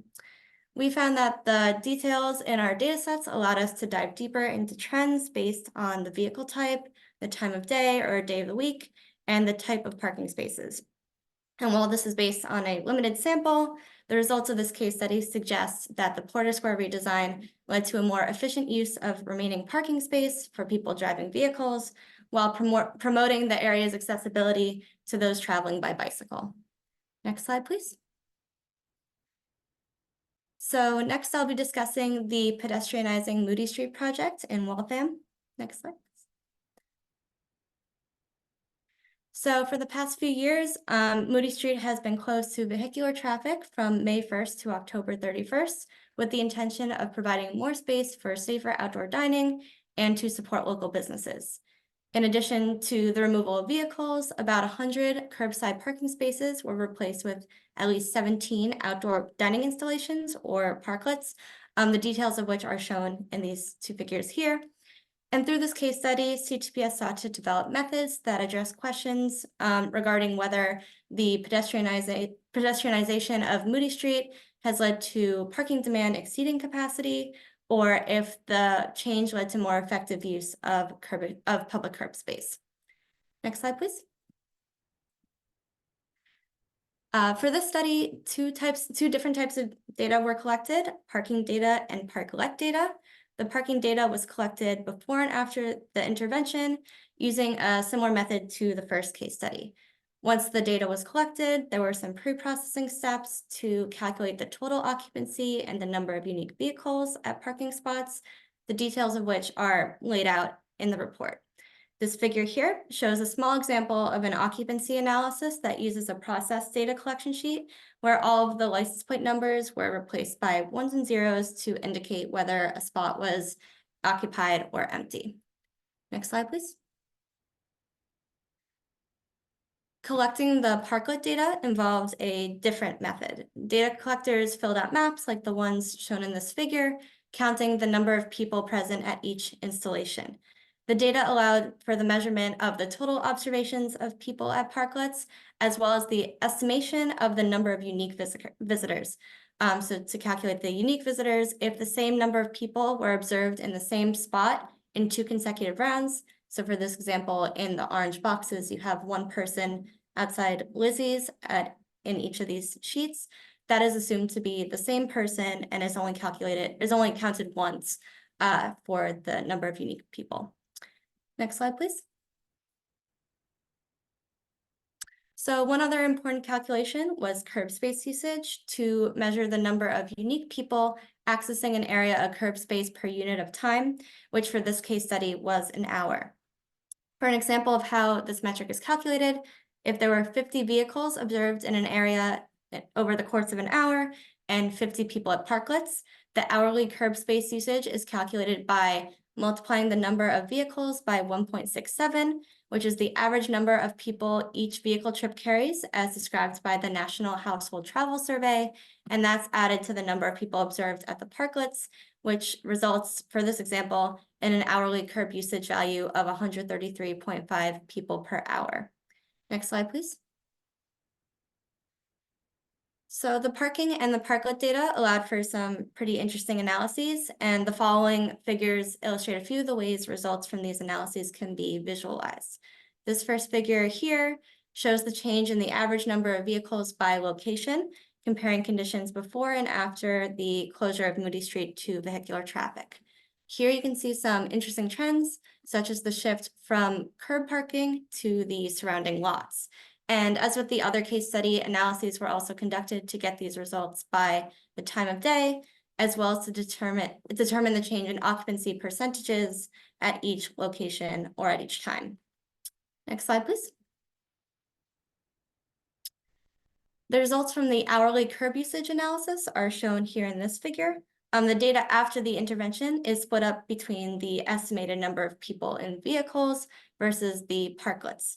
This was calculated by the time of day, as shown here, and also by location. But the location analysis involved splitting Moody Street into 5 distinct blocks and calculating the curb usage in each one. So while more data should be collected before making strong claims, these preliminary analyses suggest that the Moody Street project led to traded these previously empty parking spaces in municipal parking lots for outdoor social space that benefits both visitors and local businesses. Next slide, please. Planners that are seeking to conduct a similar study in their municipality should refer to the Managing Curb Space in the Boston Region Guidebook mentioned previously, as well as consider the following lessons that we've learned through our project. First, limited case studies such as these are not always sufficient for inferential statistical methods. And in these cases, it's best to focus on a broader set of questions and trends. And we also recommend that other case studies strive for more representative data samples and make sure that the municipality's priorities and what constitutes as a successful project are clearly defined. It's also important to be mindful of the resources required to fully conduct these studies. The implementation guideline of curb management strategies can be unpredictable, so it's important to have a flexible study timeline if planners wish to collect before and after data. And finally, consider adjacent spaces and off-street parking lots in the study design process. The Waltham study included observations of off-street parking garages, but the Cambridge study didn't include other places like the large lot in the Porter Square Shopping Center, which potentially misses the opportunity to paint a broader picture about the results that we found. So our pair of case studies demonstrated how a small team with finite resources can examine the effects of curb use changes in municipalities across the Boston region. And while there are limitations for both of these studies, such as the amount of data collected and the ability to explore how these curb management strategies interact with the broader communities in which they're situated, CTPS was able to explore many data collection and analysis methods and make recommendations to planners conducting similar studies in the future. Next slide. So yep, that's all I have. Thank you for listening, and any questions? Let's see, David Kosis. Thank you, Sophie. So I'm pretty familiar with the changes on Moody Street. I go there all the time, you know, even more now than I did before the road closure. It's to me, it's been a clear success. People point it out to us all the time as a success, and maybe a little jealousness or jealousy there. I'm just not sure if it can be replicated easily in other places nearby. I think that there's several things that were in place right there that I think has caused the program to work well, right? Just a lot of parking. There's the parking garage right there, parking lots, the 2-hour on-street parking, just the dense collection of restaurants and shops right there, and the streets are a grid, so a grid pattern right there, which I think makes it much easier to pass through the area. So it works very well there. It's a little far for us to walk, but I never ever worried about going there and finding a parking space. So maybe the loss of parking on Moody Street itself wasn't as big of an issue in this case as it might be in other places.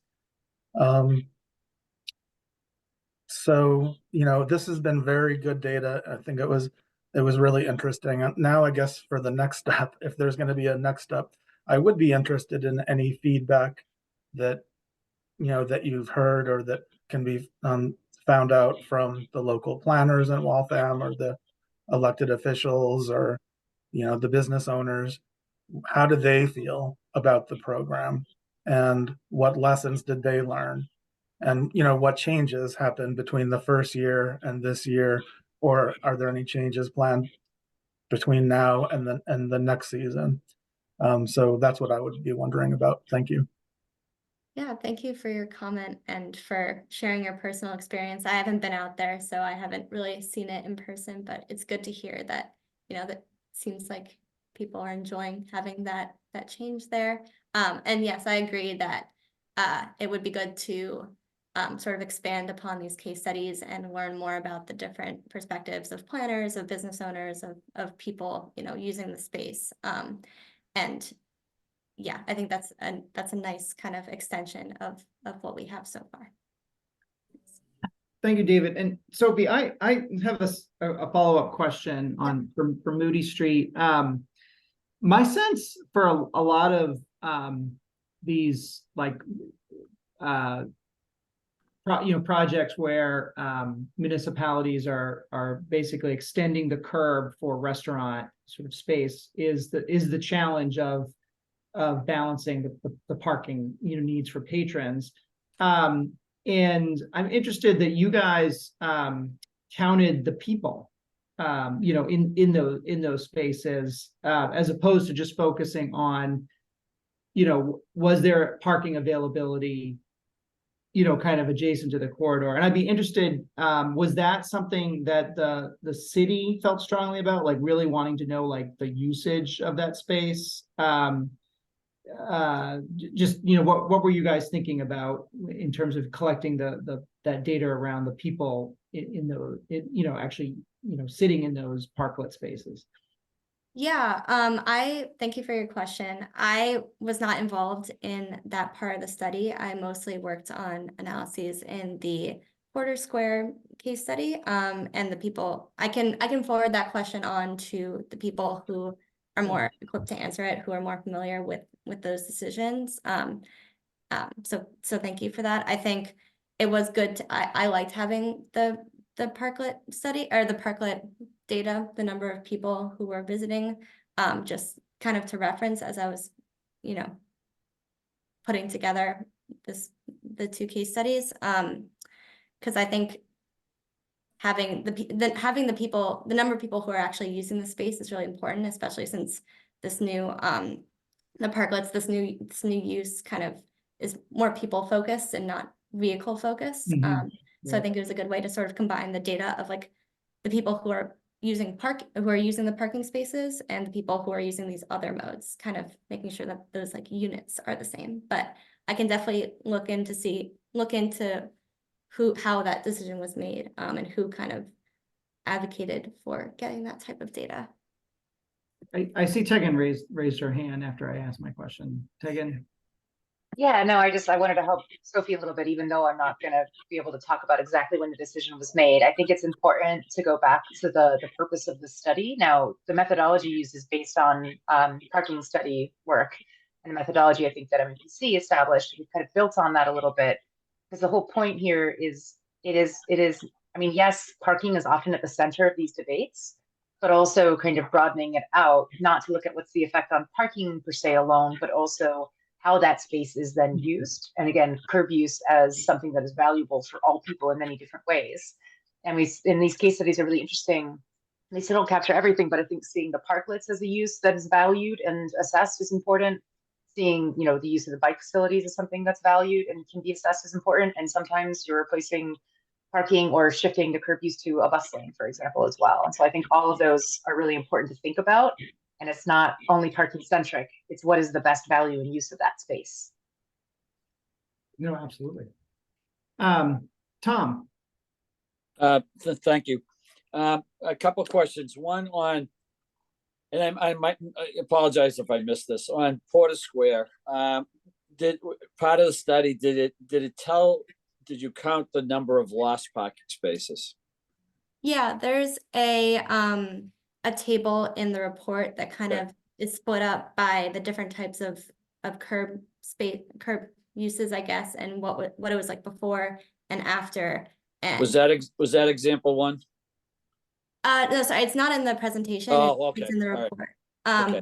But I believe, and if I can get to it really quickly, for the biggest change was in the 2-hour parking spaces that were on Mass Ave. That was the biggest loss, I guess, of parking.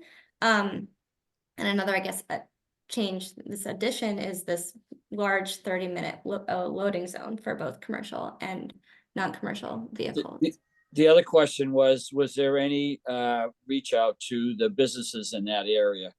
Because I do know, you know, there's been at least one lawsuit over the changes, and I've been hearing, you know, what I've been hearing is there's a lot of the businesses are not happy about these changes at all. They're feeling like there's been a loss of business.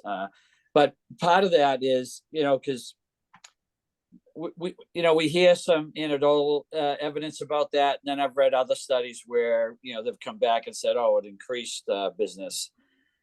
You know, and when you go back to look at this, you know, the second time, say a year later or whatever, again, are you interviewing those businesses to find out, well, hey, you know what, we thought we were losing customers, but in fact we didn't. You know, that would be great to have, because we're having this discussion in Somerville. You know, it's a huge issue here, and it's you know, it's snowballing. You know, and then when you go like the Moody Street piece, it kind of, you know, with the parklets and all that, what we've seen, because they've done that in Somerville, Davis Square and Union Square and some of the other squares, what we're seeing is tension between the restaurant owners who like it and then the retail people that don't, because they're saying, you know, they're losing customers because people, especially convenience type establishments where people want to just kind of pull their car in, run in,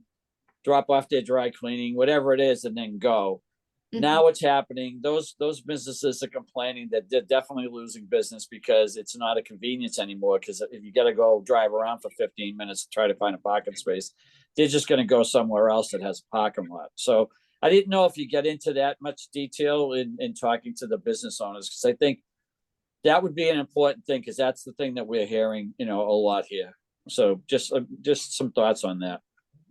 Yeah, thank you for your comments. I think, you know, talking to the business owners and other stakeholders, it wasn't part of the scope of this project, but I think, like someone else mentioned, I believe, you know, it's a very important part of kind of getting a well-rounded, like holistic view of what's going on there.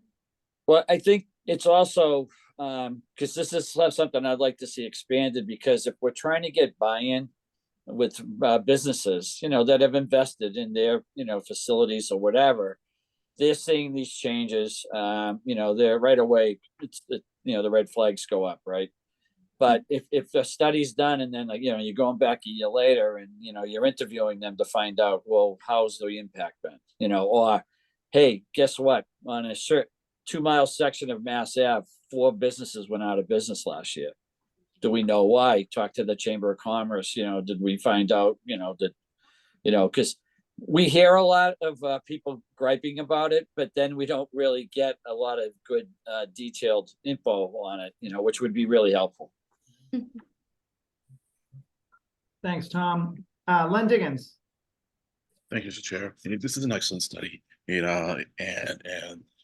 as I said earlier, when we were talking about potential UPWT studies for next cycle, we had thought it'd be good to do the next phase of the future curb studies, and so we've forgotten about this one, but even with this one, I think it's still good to explore some more possibilities for continuing studies, and so I'm going to ask maybe that you come to one of our next meetings, to discuss this further and more in depth, and maybe see what the thoughts are. I don't want to put you in the same spot that I put Stephen Andrews in last week or last meeting when I said, "Are you planning on doing something for the EPWP?" So we'll have that discussion then. But I have one technical question about the way the Porter Square study was done.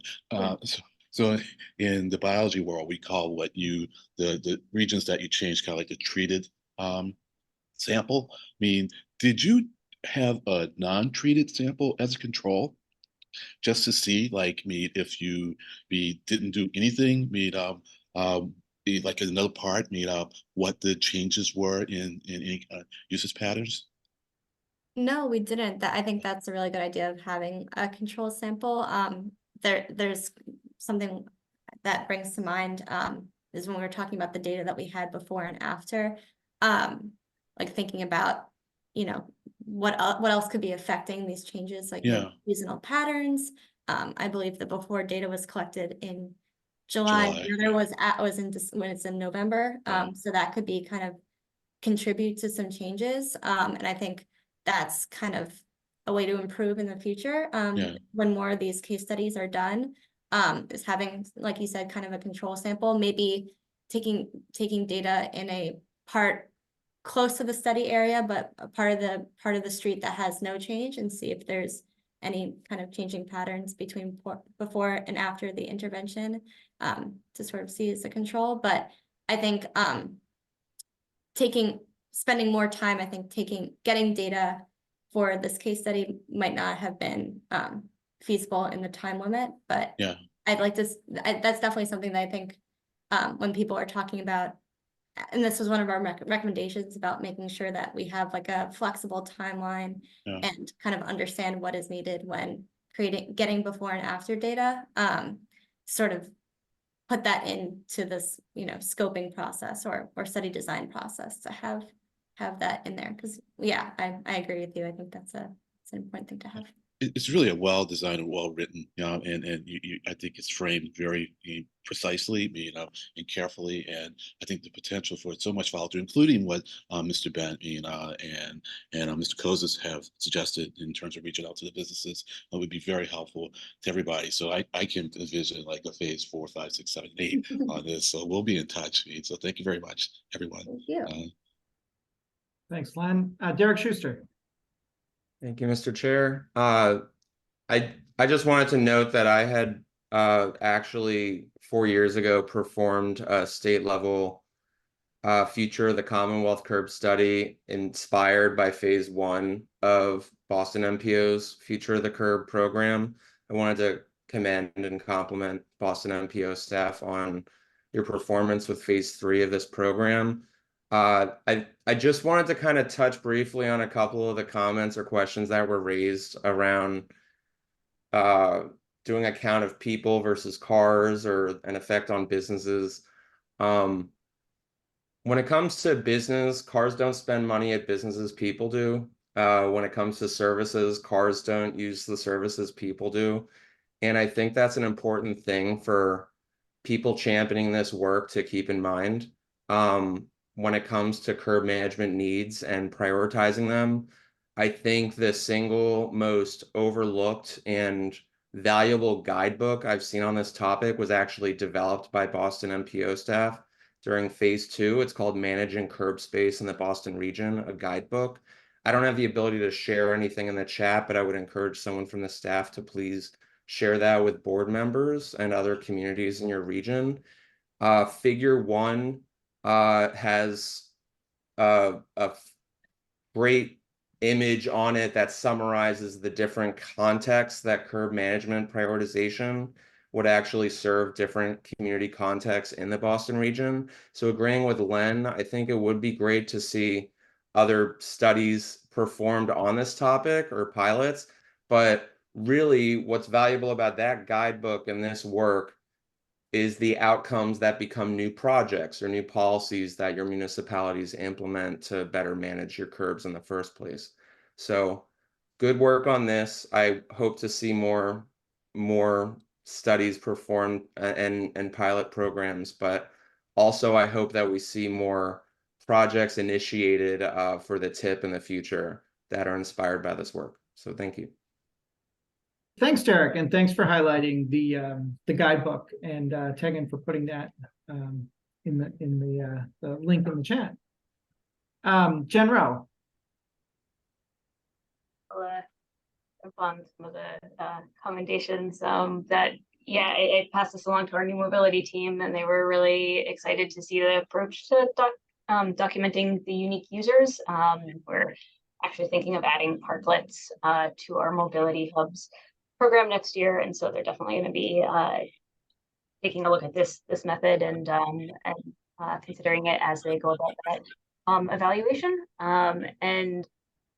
Even though the additional, I appreciate the note that additional data would be needed to make some stronger claims. Like, I do think the initial findings are really encouraging. And I also wanted to note that I remember years ago in the advisory council, a lot of desire for kind of before and after studies. And so I think just how nice it is to see those conversations come to fruition here.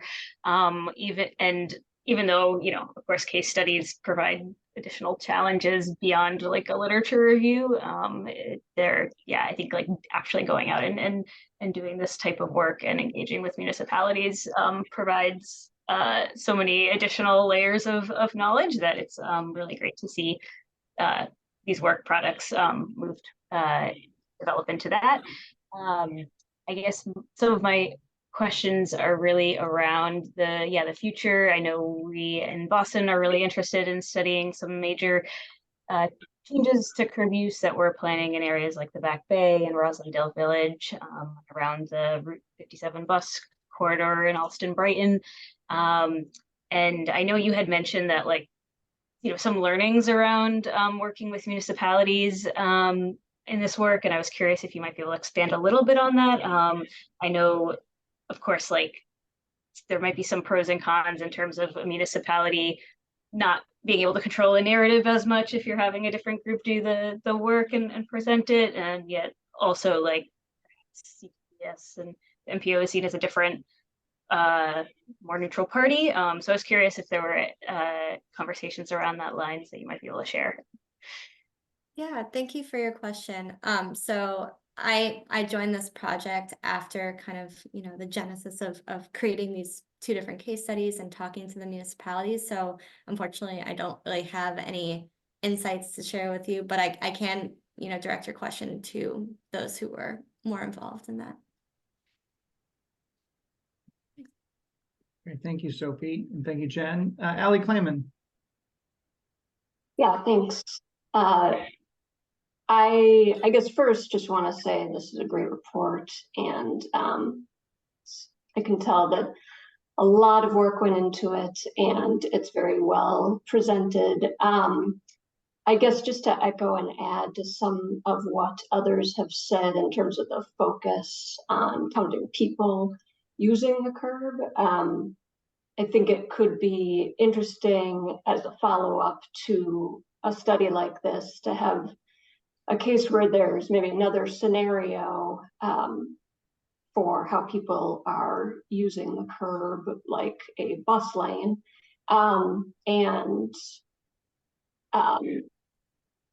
and be able to sort of do some analysis around the number of people that are benefiting from different types of curb uses, and do some comparison between those. I think also, I was talking to my colleague Sandy, and he pointed out that I think as a result of this project, there were some bus routes that were directed to different streets, and I think that could be a good thing to look at in the future in terms of how transit riders might benefit, but also maybe not benefit from changes to the curb like this. So, thanks. Thank you, Ally. Any other questions or comments? Great, well, not seeing any. Sophie, thank you very much. Wonderful presentation and appreciate this work. Thank you. Let's see, David, where are we at on the agenda?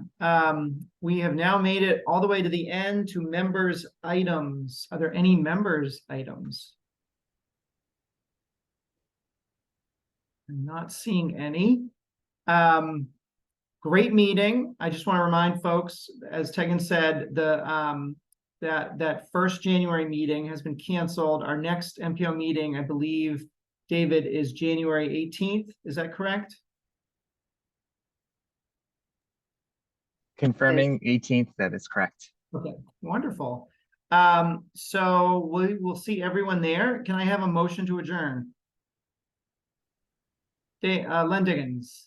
Diggins Advisory Council motions to adjourn the last meeting of the year. Wonderful. John Alessi. John Alessi, I'll second that. Okay, we have a motion and a second. Without exception, we are adjourned. Happy holidays, everyone, and we'll see you in 2024. Take care. Happy holidays. Happy holidays. Thank you.